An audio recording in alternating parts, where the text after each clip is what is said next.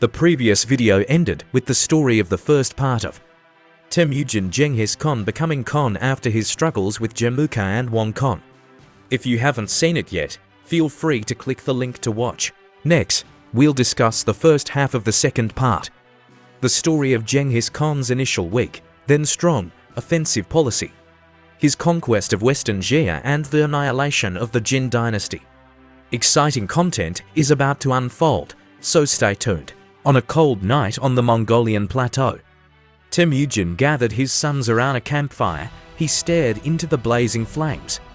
Contemplating the fate of the Mongolian tribes, he slowly began to speak, telling his sons, "The world is wide. The rivers are numerous. You are free to expand your territories and conquer nations." A determined light shone in his eyes as he addressed his generals. The greatest joy for a man is to subdue the chaotic crowd, defeat enemies, seize all their possessions, ride their horses, and take their beautiful wives. As time passed, after the founding of Mongolia, Temujin aspired to expand and set his sights on Western Asia and the Jin dynasty. In March 1205, Temujin led the Mongolian army to launch the first raid on the border of Western Asia. The Mongolian cavalry stormed in like a hurricane, making the city walls appear as weak as paper match in front of them. In the autumn of 1207, the Mongolian army once again invaded Western Asia. A smoke-filled battle ensued in Willahai city. Despite the large number of troops assembled by Western Asia to resist, the bravery and ruthlessness of the Mongolian army instilled fear in their enemies. But Temujin didn't stop at Western Asia. He was well aware of the weak state of the Jin dynasty. In 1208, Jin Zhongzong Wanyanjing died, and Prince Wei Wanyan ascended the throne. Temujin had seen this emperor of the Central Plains and knew his incompetence when he learned that Wanyan was planning to attack Mongolia. Temujin decided to strike first. In the following year, the Mongolian army launched a third large-scale offensive against Western Asia. The Jin dynasty was already in a situation of internal and external troubles, and Temujin sent a large army to attack Jin, forcing Jin to split its forces to resist. Under the fierce attack of the Mongolian army, the defenses of Western Asia gradually collapsed. Emperor Xiongzong Li Anquan appointed Crown Prince Li Chengjin as the commander and Gai, the lord of the Daju mansion, as his deputy, leading 50,000 troops to face the enemy. However, facing the powerful offensive of the Mongolian army, they eventually succumbed. Gai was captured and died valiantly during his captivity. In April of the same year, the defenders of Willahai city surrendered. The Mongolian army was unstoppable, advancing all the way to the important defense site of Qiamen in Western Asia. After 2 months of fierce fighting, the Mongolian army finally captured the defender of Qiamen, Wyoming Lord, and besieged the capital of Western Asia, Zhongxingfu. Temujin ordered the diversion of river water to flood the city, attempting to force the defenders to surrender. However, due to the rupture of the outer dike, the river water ended up flooding the Mongolian camp. After the failed siege, Temujin sent people to negotiate with Western Asia, forcing Li Anquan to offer his daughter for peace, agreeing to join hands against the Jin dynasty and pay tribute annually. In 1211, with the spring breeze stirring the grasslands of the Mongolian Plateau, a momentous battle of vengeance was about to commence. After years of waiting, Temujin, also known as Genghis Khan, was finally poised to avenge his ancestors. He led his troops personally into battle against the Jin. He brandished the precious sword at his waist, its edge pointing in the direction of the Jin dynasty, his eyes glowing with a sharpness akin to that of a cheetah ready to pounce. The Mongolian army focused on the northwestern wall of the Jin as their point of breakthrough, storming fortresses such as Washa Fortress and Wuyu Camp like a tiger descending a mountain. The Jin army, facing the onslaught of the Mongolian army, was as helpless as clay. Wanyan Chenyu, the commanding officer of the Jin's northwestern route, out of fear of the Mongolian army, retreated from Fuzhou to Zhuangping, leading to the fall of Chongzhou, Huanzhou, and Fuzhou. Hundreds of thousands of Jin soldiers assembled at Jihu Ridge, yet they were defeated by the Mongolian army under the command of Temujin, with tens of thousands of Jin soldiers losing their lives. In their retreat, Historians have noted the best of the Jin were entirely lost here. In 1212, the Mongolian army achieved resounding victories, capturing Zhuangde and Dexing, and continued to assault the provinces behind the Jin's mountain line. In the battle for the western capital, Temujin was unfortunately hit by a stray arrow, prompting him to retreat. Meanwhile, the vanguard Zhebi led his troops to conquer the eastern capital, conducting a massive looting spree before retreating. In 1213, Temujin amassed a large army and launched another assault on Yihu Ridge, with intense battles taking place in Wailuyan Jinshan. After a fierce battle, Wanyan Gang and Zhuhu Goki, who led over 100,000 Jin soldiers, suffered a severe defeat. The Mongolian army pursued them to Zhuangwan, but the local garrison held firm. Temujin had no choice but to adopt a flanking strategy, leaving a portion of his army to continue the siege.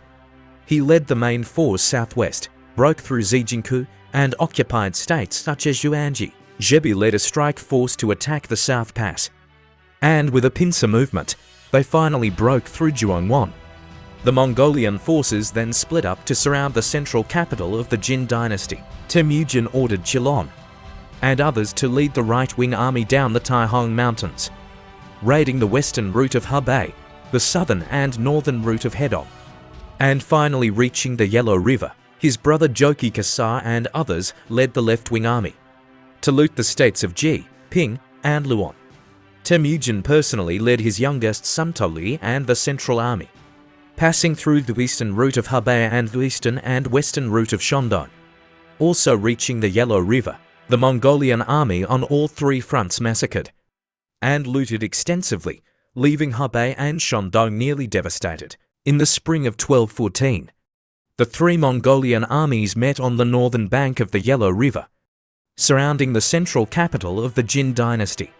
They sent messengers into the city to demand bribes. The newly enthroned Jin Xuanzong, Emperor Xuanzong of Jin, was forced to offer Princess Qiguo, the daughter of Wanyan Yongji, along with a large amount of gold and silk, and male and female children in a bid for peace. However, Temujin was momentarily unable to breach the central capital and had to withdraw temporarily through Zhuangwan. Meanwhile, he ordered General Mukoli and others to attack the regions of Liaodong and Liuxi. By May, Emperor Xuanzong of Jin was forced to move the capital to the southern capital. At this time, parts of the Jin army near the central capital experienced internal strife and defected to the Mongols, citing the Jin's breach of contract in moving the capital. Temujin once again dispatched troops to surround the central capital, adopting the tactic of besieging the city, while attacking the reinforcements and accepting surrenders. He captured and subdued the surrounding states and counties. Meanwhile, after succeeding his father, Alauddin Muhammad declared himself Sultan and actively expanded his territory. After capturing a large area of the western Liao, he planned to expand to the east. In 1215, Muhammad sent a mission to the east to understand the war situation between the Mongols and the Jin dynasty. Temujin met the emissaries, expressing his willingness to establish friendly trading relationships with the Khwarezm Empire, and sent envoys to return the visit. At the same time, he organized a trading caravan of over 400 people to trade with the Khwarezm Empire. During this period, the Mongol army was invincible in the Jin dynasty territory, further pressing the Jin into extreme difficulties. The power of the Khwarezm Empire was also expanding, which made Temujin face more challenges. In May 1215, the central capital finally fell. Temujin dispatched General Shigi Kutuk to return to the main camp with war loot, including gold, silver, jewels, and brocade. He appointed Zubair Hua as the universal ruler of the world, from south of the Vian Gate to north of the Yellow River, sharing the guardianship of the central capital with Shimomingan.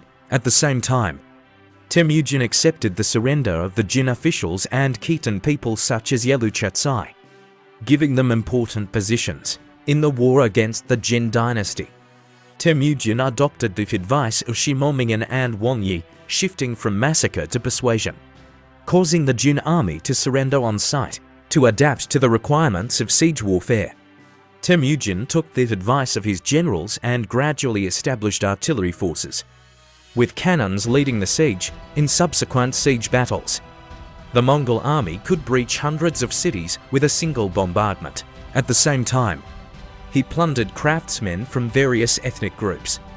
With tens of thousands of people taken from a single city, he then established a craftsman army, set up a weapons factory to forge weapons. In terms of communication, he created the arrow speed courier, which could deliver military orders for hundreds of miles in a single day, greatly increasing the speed of army dispatch. The following year, the Mongol army retreated back to the north.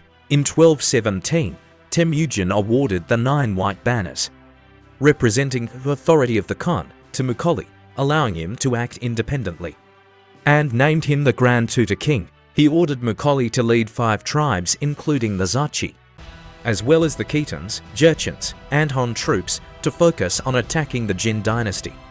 Mukholi learned from the Jin system, established military rule in Yin and Yun regions, followed Temujin's order of gathering the strong, pacifying the yet to fall cities, widely recruited local bureaucrats and gentry, and used them to expand the occupied areas, such as the Shiqiani and Shiqianzi brothers of Jingding, Zhongru of Yizhou, Yanshi of Dongping, Zhongrong of Jinan, and Li Quan of Yidu. The Jin dynasty also adopted a similar strategy, trying to win over the local gentry. During this period, the Mongol Jin war north of the Yellow River mainly manifested as a tug-of-war between local gentry's forces, resulting in a stalemate. In the same year, the Mongol army requested troops from the Western Jia, but did not receive a response.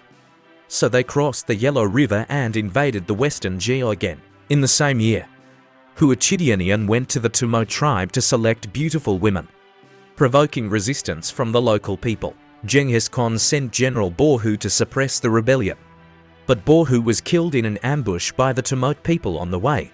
Therefore, Genghis Khan sent troops again to subdue the Tumot tribe. As the war progressed, Temujin and his generals continued to explore and innovate in military, political, and economic aspects. They absorbed advanced technologies from various ethnic groups, established a specialized craftsman army, and created the arrow speed courier for communication, which further improved the speed and combat effectiveness of the army. In the tug-of-war between the Mongol army and the Jin dynasty, Temujin and his generals constantly adjusted their strategies, shifting from massacring to persuading to surrender, ultimately successfully expanding the influence of the Mongol army. In the next video, we will share the second part of episode 2, telling the story of Genghis Khan's conquest of the Western Liao, the elimination of the Eurasian Empire, his first expedition to the West, and his later years. Please look forward to the content of the next episode. If you like this story, please help us by subscribing and sharing. Thank you.